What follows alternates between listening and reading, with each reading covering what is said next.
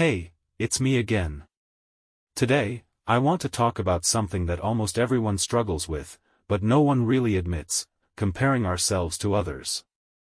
You know, that moment when you see someone your age doing something better than you. They have a better job, a better body, a better life. At least, that's what it looks like. And suddenly, you feel behind. You feel small. You feel like you're not doing enough. Trust me, I've been there. For a long time, I lived my life like I was in a race that I never signed up for. Every time I saw someone succeed, instead of feeling inspired, I felt pressure. I felt like I was losing.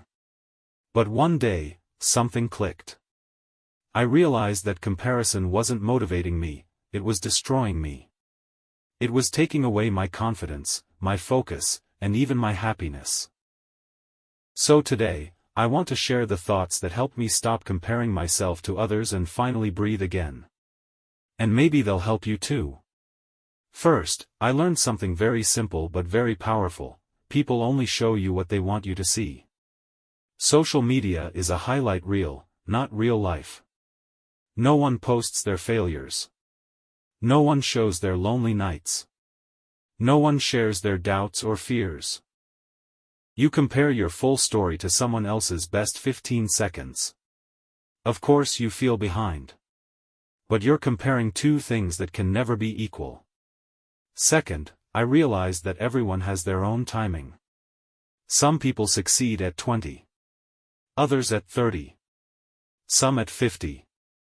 There is no fixed deadline for success. You can bloom late and still be incredible. Imagine a flower trying to bloom faster because another flower next to it opened first. It sounds silly, right? But that's exactly what we do. Third, I started focusing on progress instead of perfection. When you compare yourself to others, you always lose. There is always someone richer, smarter, or more successful.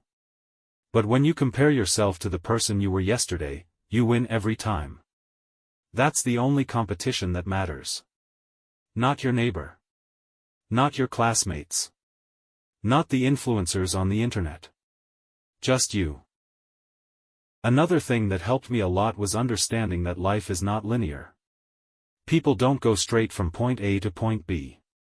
Some people take detours. Some pause. Some fall and stand up again. And that's okay. You're not late. You're not early. You're exactly where you're supposed to be to learn what you need to learn.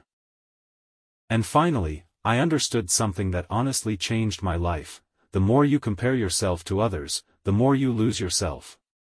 You stop seeing your own strengths. Your own progress. Your own story. You have gifts that no one else has. You have experiences that no one else lived. You have a journey that is completely unique. So don't waste your life trying to catch up to someone who isn't even running the same race as you. Start appreciating your path. Start celebrating your growth. Start focusing on the things you can control.